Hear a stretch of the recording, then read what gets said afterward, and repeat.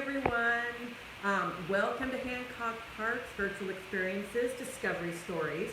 Today we're going to read a book about river otters. The book is called I Am a River Otter. So I brought with me today my little friend to listen to the book. So let's go ahead and find out a little bit about river otters. So after the book I do have some fun things to show you and tell you a little bit about river otters. So this is called I Am a River Otter. Let me tell you about myself.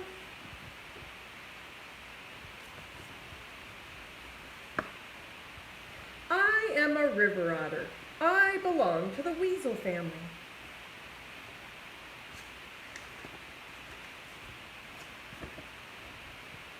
My body is long, sleek, and graceful.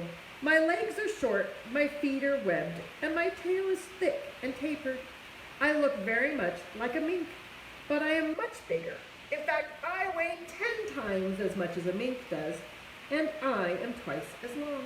So the river otter is up here. This is a little mink. If you look carefully, you can see two other differences between the mink and me. You notice that I have a broad muzzle and a tapered rather than a broad, bushy tail. See the tail? And at the end, I'll show you the river otter's tail there versus the mink. My birthday is in April. Although other pups could be born any time between March and May, I am a part of a litter of 3 pups. The litters could have as little as 1 pup and as many as 5 pups. Before I am born, my mother looks for an isolated place or den. This den could be a deserted muskrat or beaver lodge, or it could also be a hollow under a tree root, a rock pile, logs, or thickets. However, the den is always very close to water.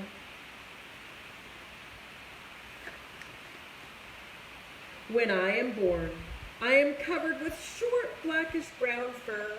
I have no teeth and my eyes are closed, but my claws are well formed. My eyes will open when I am 5 weeks old, and then I can see very well. My mother takes excellent care of all of us. She feeds us milk. She licks us clean and keeps the den very safe. My mother alone looks after us. Our father is not allowed anywhere near us in the den.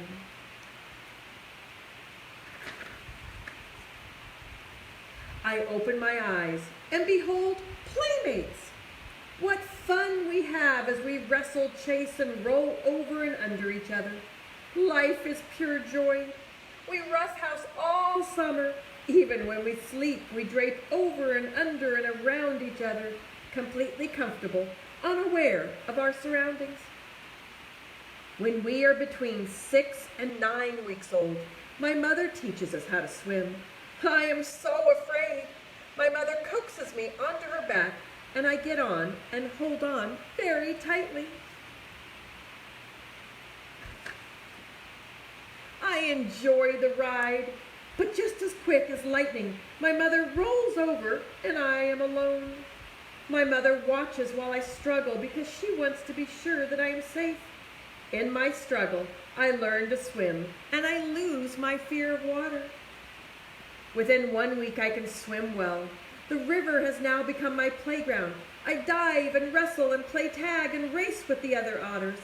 My mother teaches us how to catch fish and corner them in holes along the banks or spaces between rocks.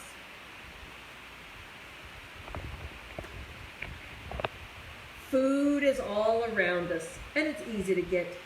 Like all otters, I need to spend very little time looking for food. Maybe that is why life is so much fun. Now, fish is our main food, but we also get food from the mud at the bottom of the streams and the rivers. My parents teach me how to root in the mud with my broad muzzle. In warmer waters, I root for minnows, frogs, toads, water insects, water snakes, and crayfish. Crayfish is delicious. See that right there? I also eat insects and worms. At times, I eat greens as well as blueberries. I like to catch a fish while it's swimming in the water, and then I usually eat the head first.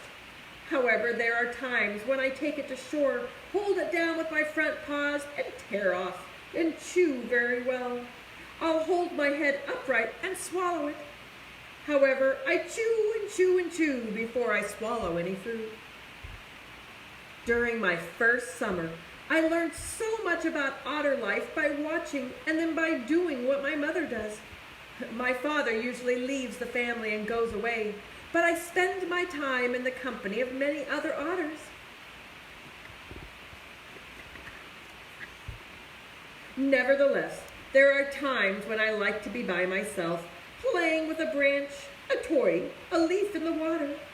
I love batting and chasing and catching and throwing, diving in and out, over and under, twisting, turning, pushing, juggling, just about anything. By autumn, I am almost as big as my mother. I don't do anything to prepare for winter. And because otters eat fresh food, I don't store any food for winter. My coat gets thicker and heavier naturally, so that I can be protected during the cold winter. As fall moves on and winter closes in, we move and travel to places that we didn't visit in the summer. I see that my world is filled with creeks and lakes, as well as holes and caves in the riverbanks. Through these walks, I learn that there are several places that I could choose for my den when I need to shelter. Now, when I want to see anything around me, I stand straight up. I use my tail for support and balance. What a wonderful world to see. Now, the wolf and the coyote are two of my natural enemies when I am out on land. And if they attack me, I fight them. I use my teeth as a weapon, and my quick, sharp movements are also helpful in making sure that I can defend myself, so I fear nothing. In the winter, when the snow covers my world and ice forms on top of rivers and lakes, I spend most of my time in the water under the ice. No matter how cold and windy it is outdoors, the water is a cool 32 degrees Fahrenheit or 0 degrees Celsius. Now, I am a mammal, so I need to breathe in order to stay alive. However, I can stay under the water for as long as 4 minutes before I need to come up for a breath of air. Now, if I am swimming, I can come to the top of the water, and there below the ice is plenty of locked-in air for me to breathe.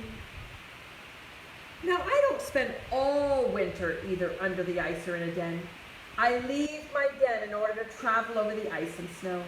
I run and slide and glide over the ice and snow. I also play with other otters because wintertime is fun time. We build tunnels under the snow as well as slide down slopes and hills. These slides become very slippery and icy, so we may spend some time sliding down the same slide. Whenever I come out of the water, I am very wet. To keep the water from freezing on my fur, I give an enormous shake or roll in the powdery snow. If it's a sunny day, I might lie in the sun just to feel the warmth as well as to get dry. Now, if I keep away from men's traps and do not get caught, I can enjoy life for about 13 years. Hey, so I hope you enjoyed learning a little bit about otters. So let's see what I brought with me today. Now, the first thing that I brought with me today is an otter skull. This would be the head bones of an otter. And now, as you can see, looking at the otter's teeth right here, otters are carnivores. Carnivores mean that they eat meat. So these sharp canines that you can see right here, okay, sharp canines right there, are used to grab mostly fish. That's what they love to eat. But you also heard that they'll eat anything else they can find in the water too. They'll eat the crayfish. They'll eat little water snakes. They'll eat turtles if they can catch them. So we can look at this skull. Now, what else I brought with me today are some otter tracks.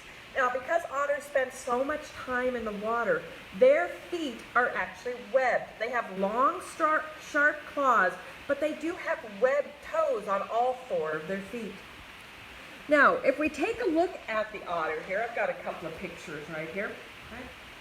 You can see that otters are actually fairly long, fairly large animals. They are covered in fur all the way down to the tip of their tail.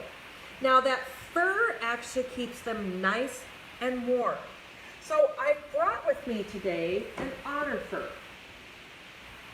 So I'm going to stretch it out a little bit so that you can see. Otters are fairly large animals. I'm not even sure I can stretch it that far. There we go. So otters are covered in fur. Now because they spend so much time in the water, their fur is extremely, extremely thick. So when I say that they are waterproof, it's because inside this fur, way down here, I can't even get down to the part to get to the skin of the otter because it's so thick down there. So water just washes right off of the fur. And remember at the beginning of the book, it talked about the otter's tail. So they are very, very thick tails, but it does taper down to the end. Now, otters are here in Ohio. But the interesting thing is they are native to Ohio, but in the early 1900s, they actually disappeared from Ohio. That's because of hunting and the water quality of the rivers and the lakes around. So they were actually gone from Ohio. But in the 1980s, they were actually reintroduced into Ohio. So otters are making a comeback. And so if you have a river or a lake near you, you might be starting to get some otters in your area. It's always fun to look for it. One thing that you can tell if you have an otter in the area is look for their slides. The slides are what they make when they have the mud, and it actually looks like a little slide that goes down into the water. So I hope today you enjoyed learning a little bit about otters, and let me get my little otter friend here again. You enjoyed learning about otters. I hope you can go ahead and take a look, maybe get to the library and see if you can get another book on river otters. And then you can also maybe take a look at sea otters and then compare them, how they are the different and how they are the same. Now remember, on Wednesday is our Way Back Wednesdays, so join us on Monday, Wednesday, and Friday for our virtual experiences. Bye everybody.